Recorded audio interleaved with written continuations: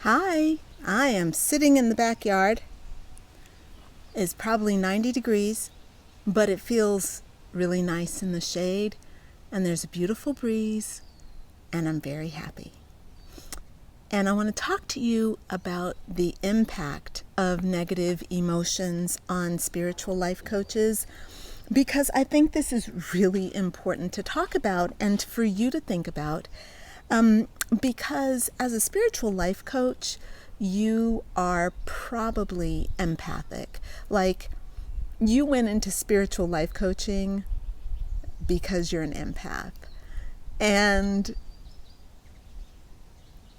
as an empath, you pick up on people's stuff. And here's what I think, okay? You pick up on people's stuff and you keep it. Like, you don't know how to detach from stuff.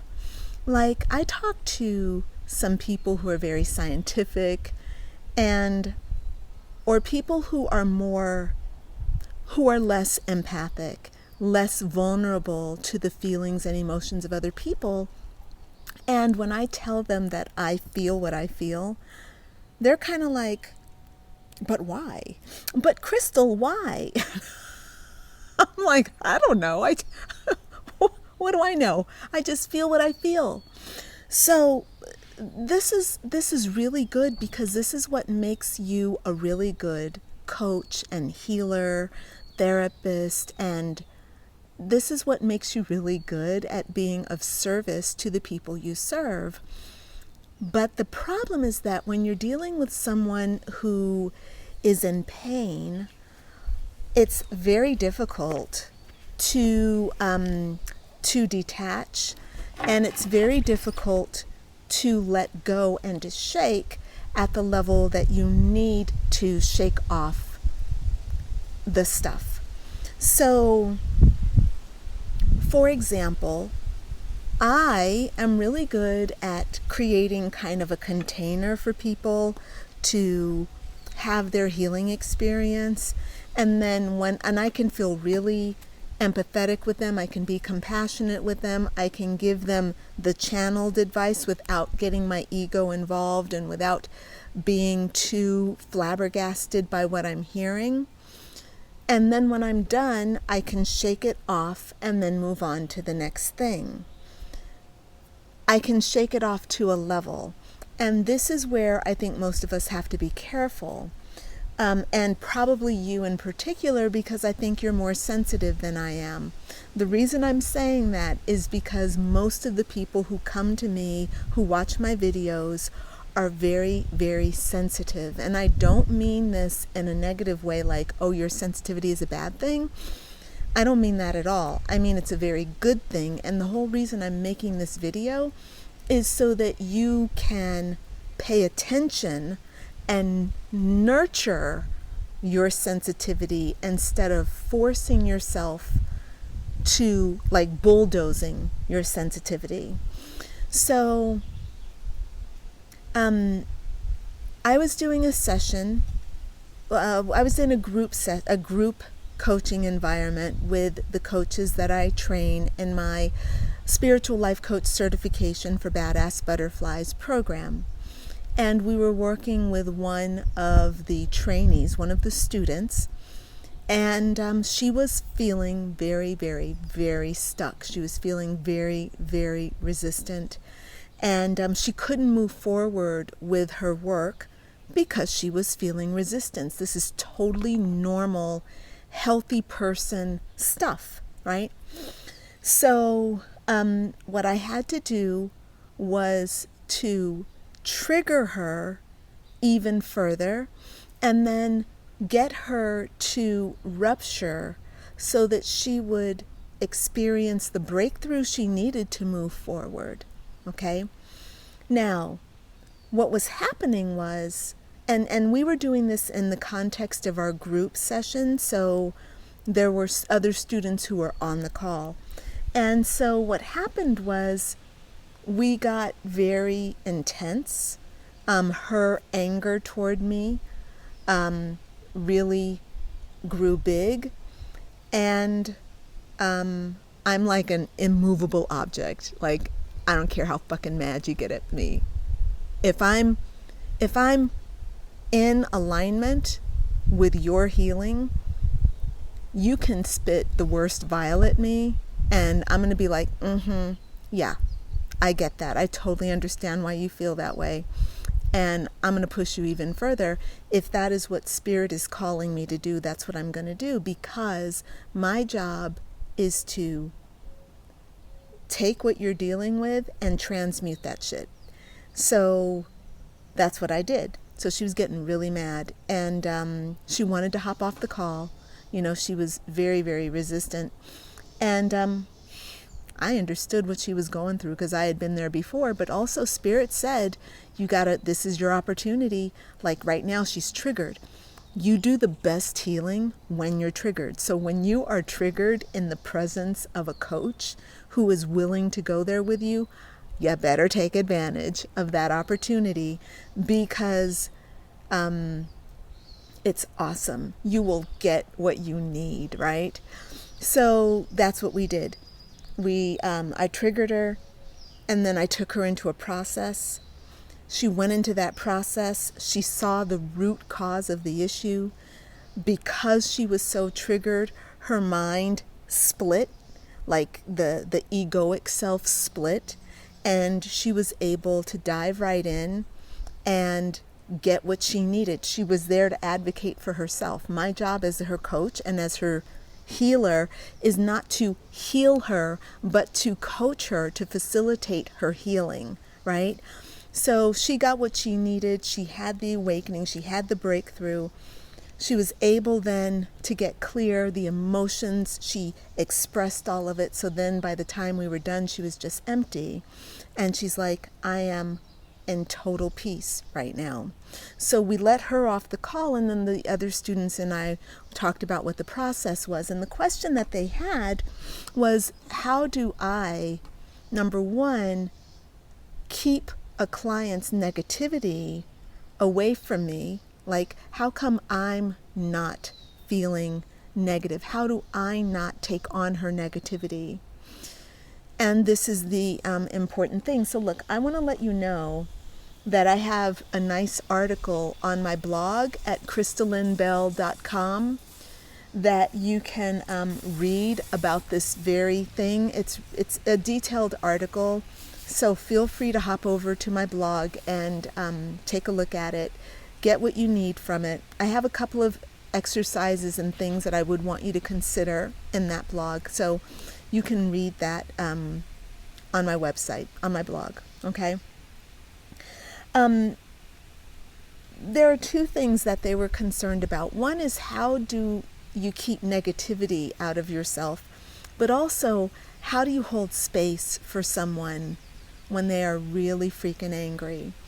And so when someone's really freaking angry and their anger now is being turned toward you, either intentionally because you're making it turn toward you, as I did in the case of this particular student, or because they are just projecting, they're projecting their anger at their authority figure, their mother, onto you as their coach, because you are also an authority figure for them.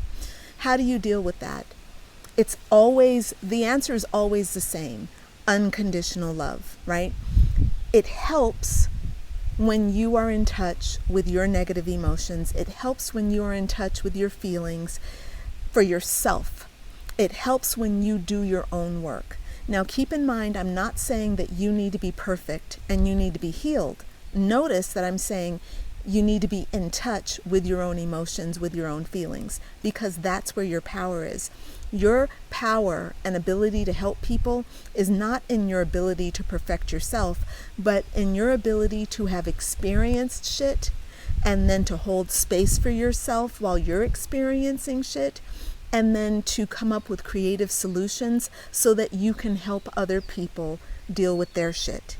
You cannot give people what you don't have, but you have a lot, even if you're not perfect, especially because you're not perfect. If you're able to reach perfectionism or perfection, then you are working at a different level than most of us here on earth.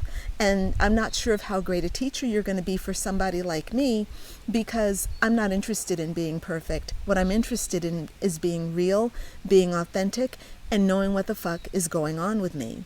So what I encourage you to do is the same thing that I encourage my certification students to do, is to do the work and to practice being as kind as you can to yourself.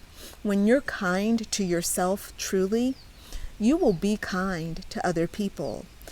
And that is what's going to make you a true ally to your client and a real partner in their healing. Okay? So that is the number one way to deal with negativity in your clients. It's to deal with negativity in yourself and in a kind way, and then pass that on to your clients. The other thing I want to say is you can create a space of safety around yourself and around your clients by doing a few simple things. First of all, before I get on any client call, I tune into my higher self, and I say, hey, self, I'm getting ready to go in here and I'm going to talk to Joanne. I want to be the best that I can for her. Let's do this, right? Just by saying those words, I'm creating a space of, I'm aligning myself. I've gotten my higher self on board. I'm talking to my ego. It's on board. And the conscious awareness that I am is now set to go in and to be of service, right? So that's the first thing. The other thing is going to be to do your own work, right? The more you practice your own exercises, the exercises that you create for your clients, for your students, the more you practice those, the more you'll be able to facilitate those exercises in other people. So for myself, I'm always doing shadow work. I'm always looking at my limiting beliefs. I'm always doing the work to be with my limiting beliefs. I'm always looking at my negative emotions and holding space for my negative emotions. I have a relationship with every negative emotion, whether it's feelings of abandonment, feelings of lack, feelings of failure, feelings of disappointment.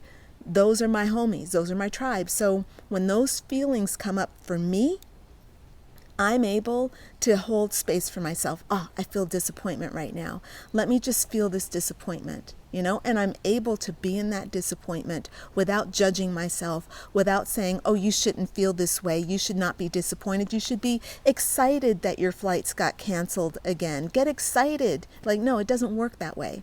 So what I have to do is be present and say, I am disappointed. I am sad. I feel betrayed. Why is the universe doing this to me? Shake my fist at the sky. I have to let myself do that, right? When I do that for myself, it opens up so much space inside me so that I can actually let my emotions flow. And then those emotions, once they flow, I'm left with a sense of peace, right? I practice that for myself. When it's time to do it for my students, for my clients, I do the exact same thing. I need you to tell me how you feel. How do you feel? What do you notice in your body? What emotions do you have? What physical sensations do you have? What energetics are you feeling? What images are coming to your mind? What thoughts are coming to your mind? I can hold all that for them, let them vocalize it, take them through all those different processes in the exact same way I take myself through. I'm an expert at it because I do it for myself. And let me tell you, it's harder to do it for yourself than it is to do it for someone else, because we can do stuff for other people. It's hard to do stuff for ourselves. So when we do it for ourselves, it makes it much easier to do it for other people.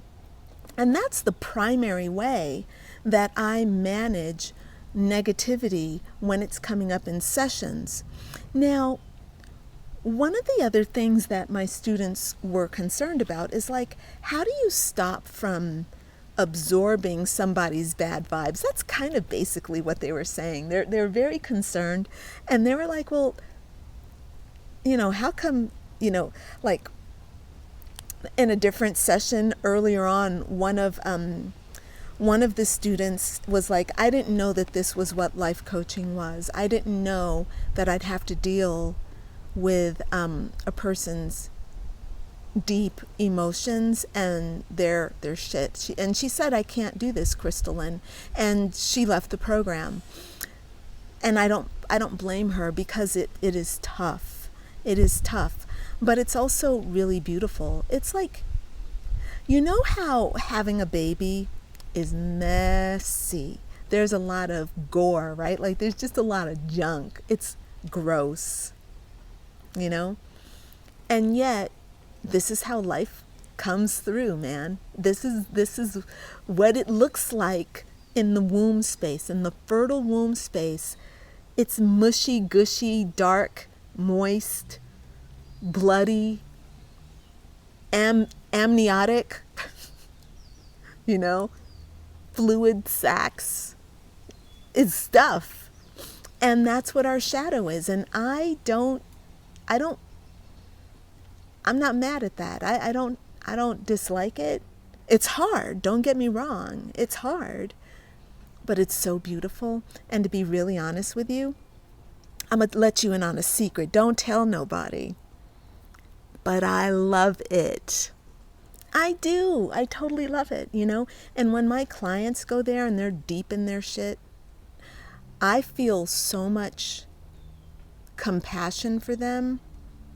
But I also see this triumph. I'm like, I know she is getting ready to rise up. She is rising up from these ashes. This is a woman giving birth to herself. That's what I love. I love it. And I want you to learn how to love it, but I also want you to protect yourself, okay? So when you are doing this work, protect yourself. Not by putting walls up. You're not going to ever hear me say, put up some walls around you. That's not my thing. I believe that the real protection, this is straight out of Course in Miracles, A Course in Miracles. Your greatest protection comes by your knowing on all levels of your being of God. Like, I am God's child. I don't need protection. The very act of knowing that I am God's child repels anything that is not of God. So that's A Course in Miracles 101. Like, you just know. That's the first level. If you're not there, don't do that, because it's not going to work for you, because it's knowing on all levels. Like, I trust this. God's got my back. I am done. There's no question about it. That's what that is. If you don't feel that way, if you don't feel that relationship with the knowing and then you need some other things. In which case you need tools like Sage, right? So after a session, before a session, you can smudge yourself, you can smudge your screen. I'm talking about virtual stuff. You can smudge people when they come. You can do all those things. Those are good things to do, because what that is, that's a mindset that you trust, right? You trust that sage smoke, that smudging is going to clear negative energy. Good, do that, okay? You can also use essential oils, just like my mosquito blend, right? Keeps away the mosquitoes. You can also use it to keep away the bad vibes. So you make yourself a nice blend of oils, essential oils that are designed to repel negative energy. You can also do things like get some beautiful stones, like some beautiful obsidian, hematite, salt, right? especially black salt. If you can get your hands on some black salt from Hawaii, you can really do some great work with like clearing away negative energy in your environment and around you. So you keep your stones nearby, and meditate with them, do a little prayer with them. You can do a clearing bowl with them. There are all sorts of things that you can do with stones that can help clear energy, right? Also, I think it's really important that you drink a lot of water as a coach, like making sure that you are really taking in fluid so that your energy is moving. Exercise also is going to help. Tapping sequences, like tapping out your negative feelings, like, oh, I just did this session and she was so upset. And even though, even when you don't feel like you're affected by things, this is where I kind of started off this conversation, this monologue. Most of you don't realize the depth of your sensitivity. And again, it's a beautiful thing, your sensitivity, but you don't realize how deep it goes. You don't realize that on an energetic level, you're taking in things that aren't yours and you don't even know it, because you've taken in so much that's not yours that you've lost yourself, and you've begun to identify with the things that were never yours in the first place. So for me, it's really important that you do things that help you release on all levels, and you do them consistently. So, create for yourself kind of a beautiful clearing plan, a beautiful negativity releasing plan. It doesn't have to be dramatic, but it should be some things that you do on a regular basis, Like for me, going for a run, even if it's not a long run, because there's so much that comes up when I run, my whole body obviously goes into movement. After this run, I am high as a kite, and it doesn't matter how short it is. And people say, well, it's those endorphins, that's why you feel high as a kite. But actually those endorphins are flowing because the energy is flowing. And all that old stuck shit from yesterday, from 5 years ago, from 25 years ago, from 50 years ago, okay? All that stuff is getting shook up and flowing out, and it's in movement. So doing some kind of aerobic exercise is really good for you. When you're done, doing a great stretching and a good yoga practice is also good, because yoga is so tonifying, like it's so strengthening. So after you've done some aerobic exercises, doing some really good stretching, and even if it's just a few yoga poses, even if it's just your basic Tadasana, that would be a really good way to kind of bring yourself back together. And before you do any yoga pose, bow to your inner light, because every time you bow to your inner light or your true self, you're fortifying your connection with your true self, right? So every time you bow to the light within, the inner guru, you are fortifying the truth of who you are, and you're making your ego a little less strong, okay? Essential oils, crystals, food, making sure that you have in your diet. Now look, I love having a pure diet, but I also am nomadic, and sometimes everything I do can't be like all pure and homemade, and you probably have, work schedule, children, all sorts of things that you're doing, and you cannot always make all your food from scratch, right? Don't stress, right? Just make sure that like at least twice a week, you make yourself a batch of really powerful vegetables, right? So for example, last night I did a blend, it didn't even have any kind of theme to it, but it was every fucking vegetable I could get my hand on. There were green beans, kale, cauliflower, brown rice with raisins. I had thrown that in. There were carrots, corn, like literally everything I could get my hands on. And I threw it into a pot, a large pot, sauteed it with olive oil, and then just cooked that up with sweet potatoes and ginger. Love ginger and sweet potatoes. Oh my God, they make every vegetable dish like perfect, right? So sauteed all that up, and I had a beautiful big thing, which I package up, right? So I package up in separate little containers, and then I put some of those containers in the freezer, and that way I have them ready to go, right? Because you may not be able to eat all of them. Like, I like to cook in big batches and then freeze things so that I would always have my vegetables that I've prepared ready to go. Take one out the freezer, throw it in the refrigerator, it'll thaw during the day, you could come home and have it at night. Having a batch of vegetables that are like, just all vegetable goodness helps you to purify, and doing whatever you need to get your little veggie pack every day is going to help you be more effective, more pure. It's going to help you in your life in general because it's vibration, it's energetics, right? I've been going on for 25 minutes. I'm going to sign off, all right? Look, two things before you go. Number one, read the article on the blog about negativity, but also come and join my Facebook group. If you are a heart-centered entrepreneur, then you want to be in this group. It's called You Lead, and actually it's called You Lead Intuitive Business Development for Heart-Centered Entrepreneurs.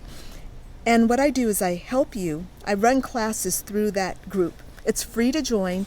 You do have to fill out an application to get in, but it's a short application, and what I want to do is make sure that you are ready to do the work that I'm going to be helping you do. We do a weekly live stream and group coaching, and we're just constantly together working and building this beautiful community.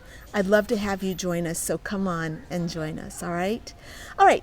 Oh, one last thing. I'm putting together a class called, wait, I'm going to look it up. It's called Healing the Healer. And that is going to launch in 2 weeks. It should probably be launched. By the time this video gets up, it's probably going to be launched already. So you can just come and find it. It's called Healing the Healer. 3 powerful tools for healing, transformation, and something. I can't see it because it's not showing me. Oh, 3 powerful tools for healing, transformation, and self-realization. All right? My neighbors are home. They're making a hell of a lot of noise. I'm on go. So, sending you lots of love. Bye for now.